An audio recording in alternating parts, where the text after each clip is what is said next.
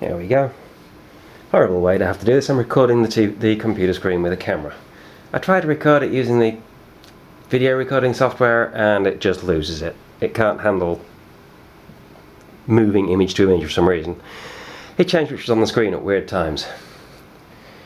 So anyway, this is a picture of a big circle.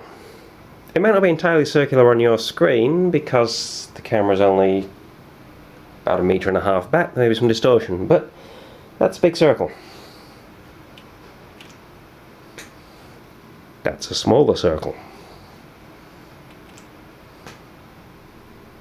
That one's a tall ellipse.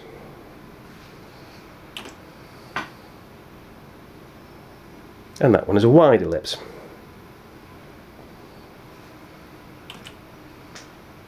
That is none of those. That is also none of them. And that's a pretty picture that's not even remotely circular. That's nearly circular. That's landscape, that's nearly circular. For some reason all of the other pictures that should have been in between have all disappeared. That's annoying. There we go. There's a picture that's maybe a circle, maybe a big circle, maybe a small circle, maybe a tall ellipse, maybe a wide ellipse. Can you tell which one it is? Take a guess.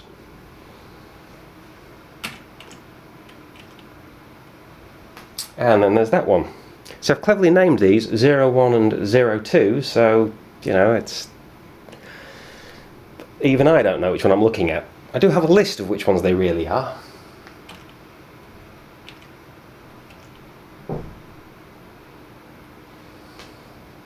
Which one's that?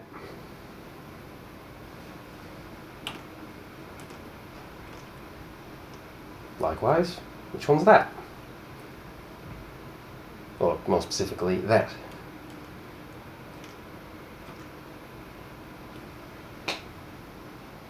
I've got loads of these. Make a list in a comment. Say which one you think is which. The big circle, the small circle, the wide ellipse or the tall ellipse. They're all my own photographs in between, by the way. All photographs I've taken on various trips and holidays and so on.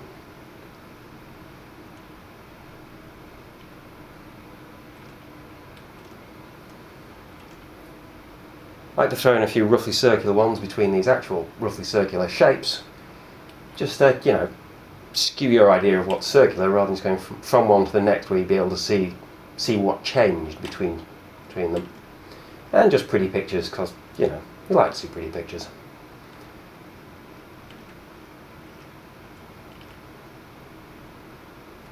Here's number 10. I think that's halfway.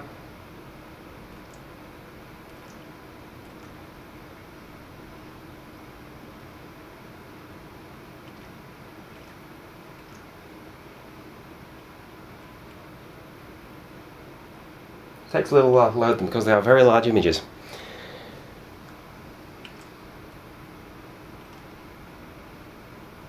It's a crocus in Iran. That's dolomite rock in southern, well,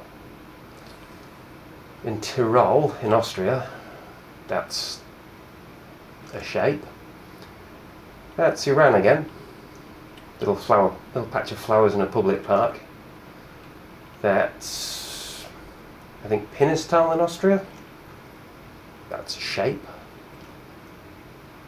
Iran, Austria, shape. I have to admit, I'm not sure whether that's Iran or Morocco or Syria. That's Austria. That's shape number 16. Definitely Iran. Austria, Sulzenau. Shape 17. English Lake District. Side of Buttermere. I think that's Sulzenau in Austria again. And that's shape 18. That's Merrion Centre in Leeds. That is as we were coming down out of a pass on the Tour de Mont Blanc. That's shape 19. That's a rock off the east end of Madeira, the north side. That's a marmot, again Tour de Mont Blanc, shape 20. Yellow flower, could have been anywhere, couldn't it? That's in Italy, that's where we came across from France and walked down into Italy. Somewhere up there on the left there is actually a little tiny hut where we stopped for lunch. Shape 21. That's Madeira, view out through a window in one of the Levada Trail tunnels. That's Italy, honeybee on a flower.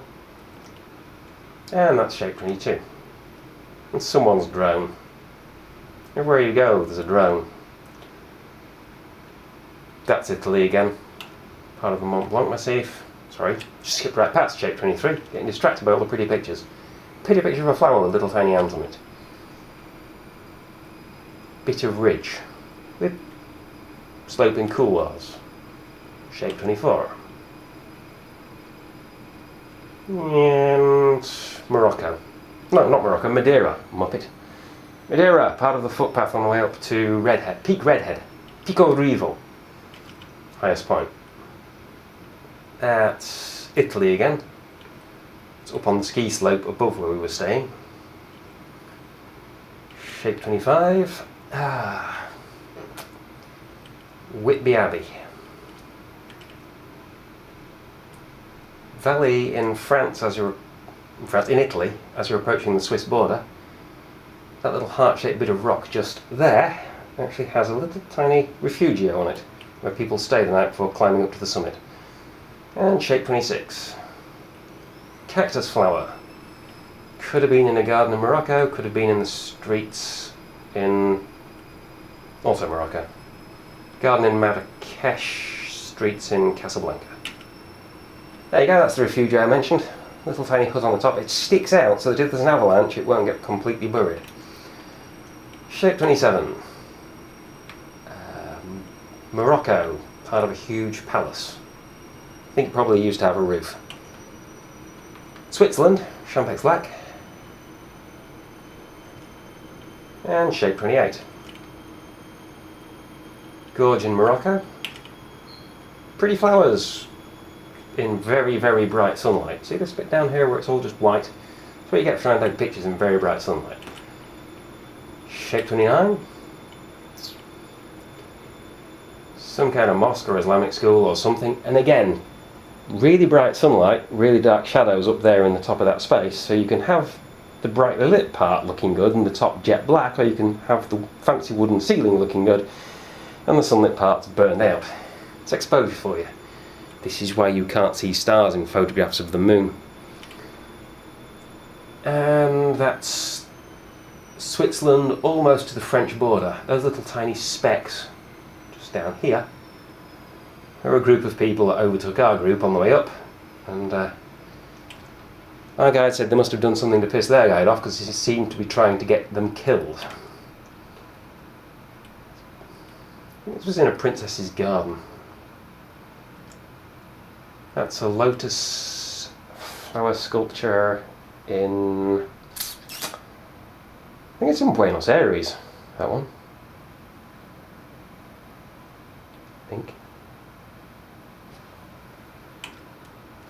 And shape 31. Apparently I wasn't halfway through. Part of the ceiling in an old palace. Shiny, shiny beetle on the picnic tables where we stopped for lunch in Patagonia. Shape 32. That might be the last one. Have a water lily. There's a pretty picture. Move the mouse out of the way so you can really admire that water lily. And an iceberg. Again, Patagonia. Well, Torres del Paine National Park, which is in or almost in Patagonia, in Chile. Iceberg just floating past the refugio where we stopped for the night, no big deal. Edible mushroom picked off a tree, and mine turned out to have somebody already eating it, so I put that little guy back. And a pretty view. and a pretty fan. That's in the Handicraft Centre on the way back from Halong Bay to Hanoi in Vietnam. And then we're right back to the start of that album. So leave a comment, say which ones of those you think were circles, which ones you think were the tall ellipse, and which ones you think were the wide ellipse. Because the actual dimensions are 6378.137 or 6356.752 radius, as in Earth, polar radius and equatorial radius. This whole show has been an attempt to illustrate how difficult it is to see the difference between circular and as elliptical as the Earth is. Next time you see a photograph of the Earth from space and say, if Earth's supposed to be elliptical, why does that look perfectly round? Well, there you go. That was a demonstration of how perfectly round that ellipse actually looks. You are welcome.